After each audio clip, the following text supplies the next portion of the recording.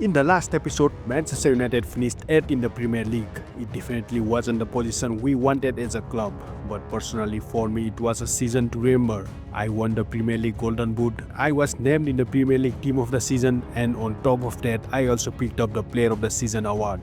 But now, with us missing out on European football this year, big rumors are flying around. Top players like Bruno Fernandes and Matthias de Ligt could be on their way out of the club.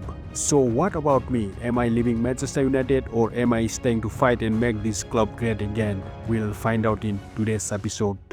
Welcome back to episode 12 of my player career mode, guys. After returning from vacation, I went straight to Carrington for a meeting with our manager Ruben Amorim. But things got interesting because this summer there were reports that Real Madrid were scouting me. Of course, Ruben found out about the rumors, so he wanted to sit me down for a serious chat. During the meeting, he told me that this season Manchester United will be fighting for the Premier League title. And then he dropped something huge. He offered me that number 7 shirt, the legendary number once worn by icons like Cristiano Ronaldo, David Beckham, Eric Cantona and many more. I could not say no because it was always my dream to wear that shirt, but I made one condition clear. If Manchester United failed to win the league title this season, I should be allowed to leave and join any club of my choice. Ruben agreed to the deal, and just like that I committed myself to United for another season. Last season, I won the Golden Boot, Team of the Season and Player of the Season, so it was time to improve further. I used my skill points, picked up some new play styles and boosted my overall rating to 87. But soon, shocking news came in. Bruno Fernandes, Bruno Guimaraes and Matthias de Ligt all left the club on permanent transfers. And I started to wonder, did Ruben Amorim trick me into staying? He promised me a title fight as the club was selling its top players. Then came some relief. United signed Davide Fratesi to replace Bruno Fernandes. But honestly, the squad did not look like one that could fight for the league title. Still no excuses. The season began with our first game against Ipswich Town. And with the weight of the number 7 shirt on my back, it was time to show the world why I was trusted with this legendary number. But things did not start well. Ipswich scored 2 goals by halftime thanks to our weak defense. But I did not give up. Great chance. It's there. Hope restored. They're back in this game. Well, here's the goal again. What a ball this is. Good vision to set up the chance. And then from that sort of range, he's never going to miss that, is he? It's an easy finish in the end.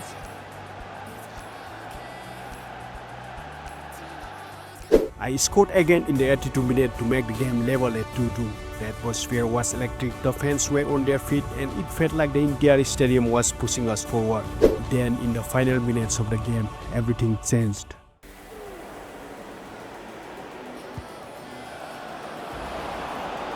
Space now to get a crossover.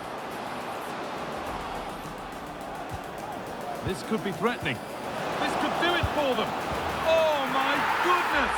From being finished to going in front. What a turnaround this is!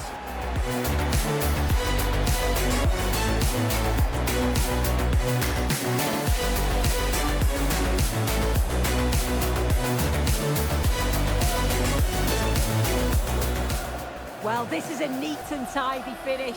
His movement is great. He finds a yard of space and then it's so composed.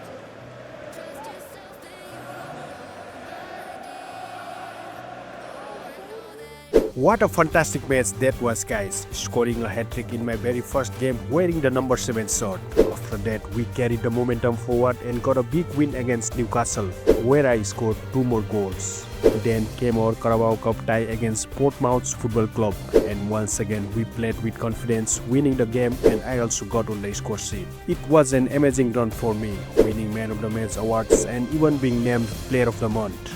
But now the real test was here, Arsenal, the defending champions from last season, and this was the game where we had to prove we are ready to challenge for the Premier League title. The match started with fire. We struck first in the 26th minute through Rasmus Højlund, but just 5 minutes later Arsenal hit back to make it 1-1. I pushed hard, tried everything to score, but it just was not my day in front of goal. Then in the 82nd minute, Gabriel Martinelli scored for Arsenal to give them the lead. But we all knew it was not over. This was Fergie time and Manchester United never give up. Marcus Rashford.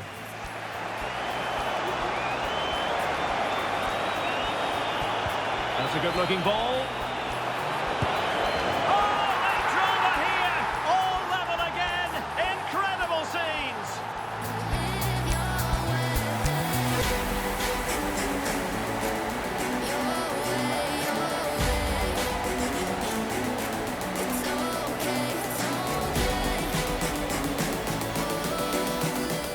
Well, here's the replay, and he shows great awareness to play this through ball. And it makes the striker's job so easy. All he has to do is make the right connection. It's a lovely goal. And that is that. Full time here and a draw. The two teams couldn't be separated. What did you make of the visitors' performance? Well, it was certainly a tight game, and overall, I think they deserved to get the draw. They were competitive, they had a good shape, and they looked a threat. It's been a decent start for them.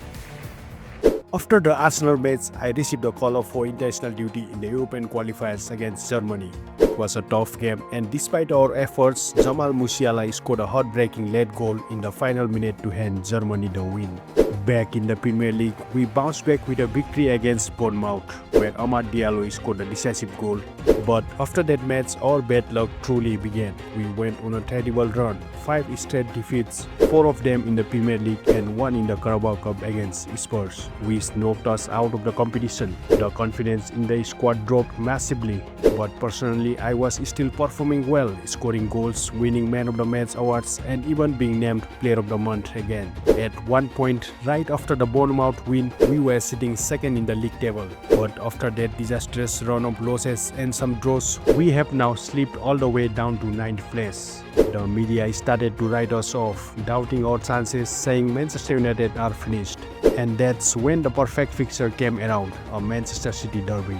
This was our chance to silence the haters and prove them that we are still in the fight. Live at the Etihad, I'm Guy Mowbray and Sue Smith is with me to bring you what will hopefully be another epic Manchester derby. Oh, I hope so. I can't wait for this one, Guy. The derby has certainly come into its own, hasn't it, over the last 10 or 15 years. Both teams are going to be desperate to get one over their neighbour, and I'm sure it's going to be close. It's such a tough one to call. Oh, superb save. He's done so well to keep that out.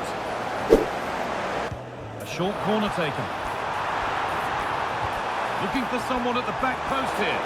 But it comes to nothing in the end. Really should have made more of that. Unsurprising who we've singled out as our player to watch. What should we expect today, Sue? Yeah, he's an excellent player. He's great to watch. He's the club's top scorer. And I'm sure the back line will have been looking at how to stop him. But when he's on his game, he can be unplayable. Could be a chance to break here. Lovely, incisive ball. He's in here. Well, that's what he's there for. It's a good stop. Picked out nicely. Well, I'm sure he thought he'd scored there. Great goalkeeping. Nice possession. What a chance here. Oh, great work from the keeper to avert the danger. Fratesi. This has to be. And that is superb goalkeeping. That is such a crucial save. He shows really quick reactions. It's a really good stop. Delivered into the box. Well, they could still do something here. Now, this might be promising.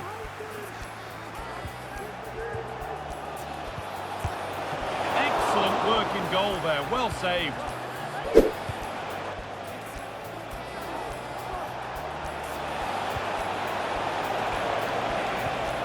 To put them ahead. And it's there. The opening goal on Derby Day. Jubilation in the away end.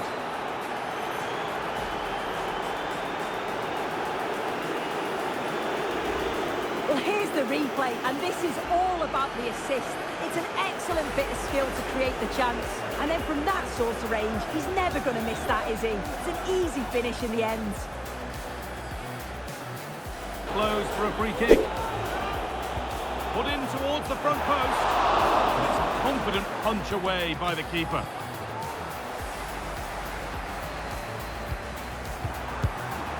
Off the post.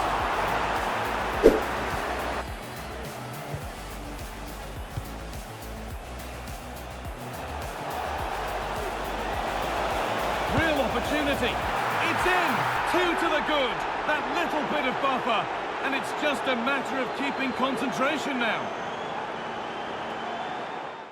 That goal from Waylon was enough to give us a 3 points against Manchester City and silence the haters. But there was no time to celebrate. We had another big game next, this time against Leeds United.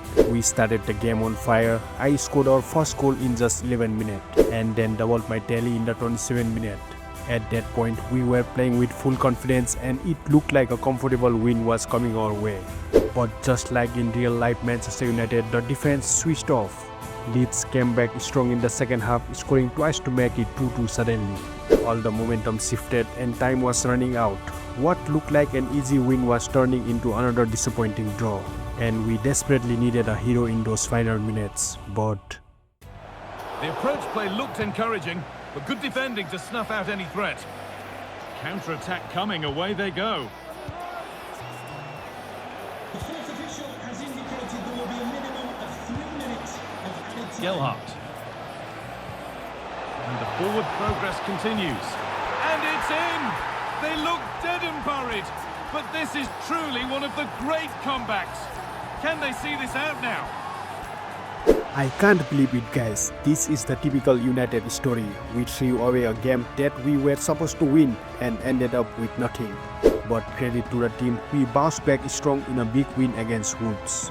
After all these ups and downs, we have managed to climb back to the 7th place in the league table. And now comes a massive test, Chelsea.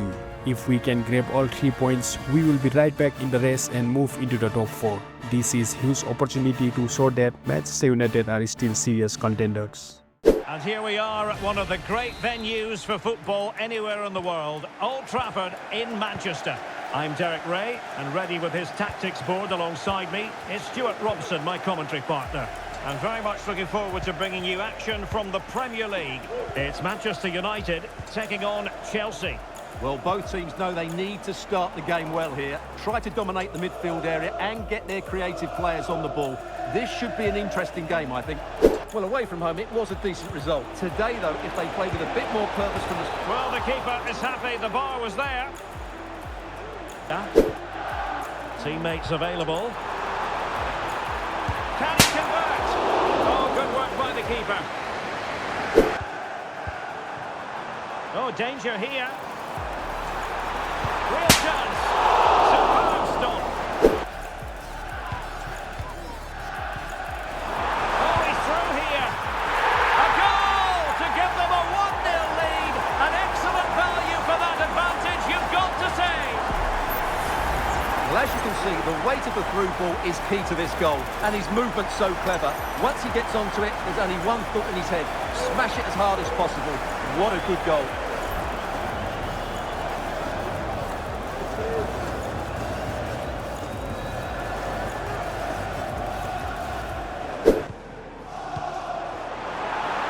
Shielding the ball admirably. And diving to thwart him. And there goes the final whistle. Manchester United are the winners today anyway. What did you think of their performance all told? Well, Derek, it was a really tight game, but they were the better side over the 90 minutes, and they fully deserved their victory today. After the Chelsea game, I went back to my apartment and got some news. I received a sponsorship from Nike.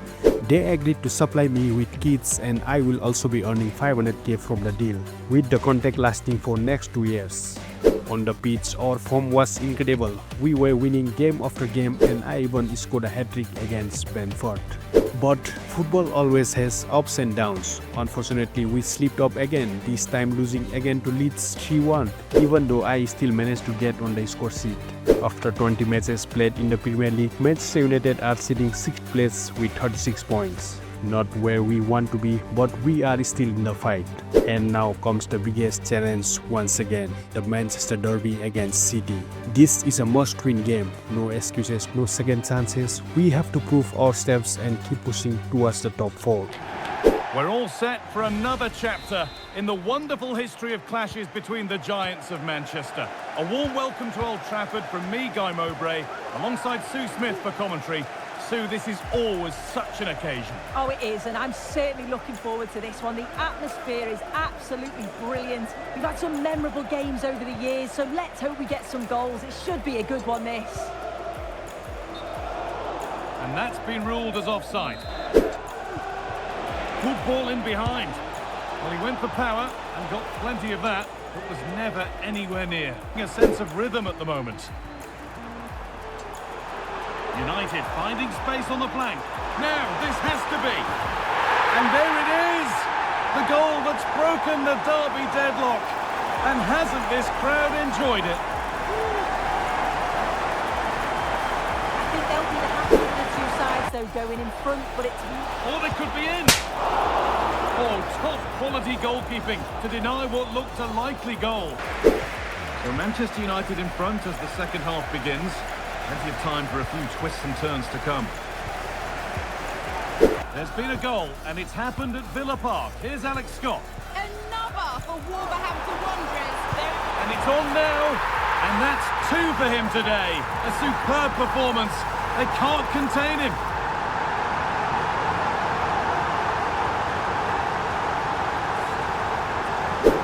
Well, we have more coverage from the Premier League coming up for you here on EA TV as United face Bournemouth. All the action live on that one. Real opportunity. A chance now for a quick transition. He's in here. And that puts a really impressive seal on what has been a fantastic performance.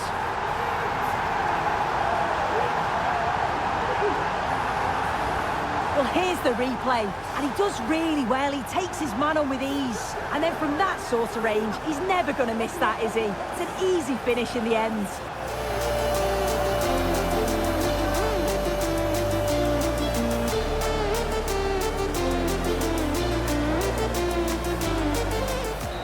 There is the final whistle. Plenty of positives for them to take away, not least the 3 points, Sue. Well, it was a very assured performance, wasn't it? Particularly impressed with their play going forward. They were really lively and almost cutting through at will at times. The result never in much doubt. After the City game, we had tough draw against Bournemouth. Then came another massive test, Arsenal. The game did not start well for us. Arsenal struck first with Bakayoko giving them the lead. We pushed forward, created chances, but their goalkeeper was in unbelievable form, saving every time we threw at him. Then things got worse. Boniface doubled Arsenal's lead, and at that point they looked like clear favourites to take all 3 points. But just before halftime, we found a lifeline. Rasmus Højlund got on the score sheet to make it 2-1, and suddenly the momentum started to shift. Right after the second half began, Amad Diallo came up clutch, scoring our equalizer to make it 2-2. The game was wide open, both teams going for the win and the clock ticking down. And then in the final moments, it was time for me to step up. The ball came to me, one chance to seal it, and I knew this was my moment to finish the game. Ball in. Oh, worth a shot. Oh, you might have to wait a long time to see anything like this again. Somehow, incredibly, they're now in front. Another look now, and you can see he's under all sorts of pressure here. He's done well, though, to fend them off. Really strong play and a good finish, too. What a win that was, guys. Scoring in the last moment to secure the victory against Arsenal. Pure drama, pure Manchester United. We have also kicked off our FA Cup journey, starting strong with a confident win over Bromley FC. But now, the million-dollar question remains. Can Manchester United finally win the Premier League title after so many years? That's what we'll find out in the next episode.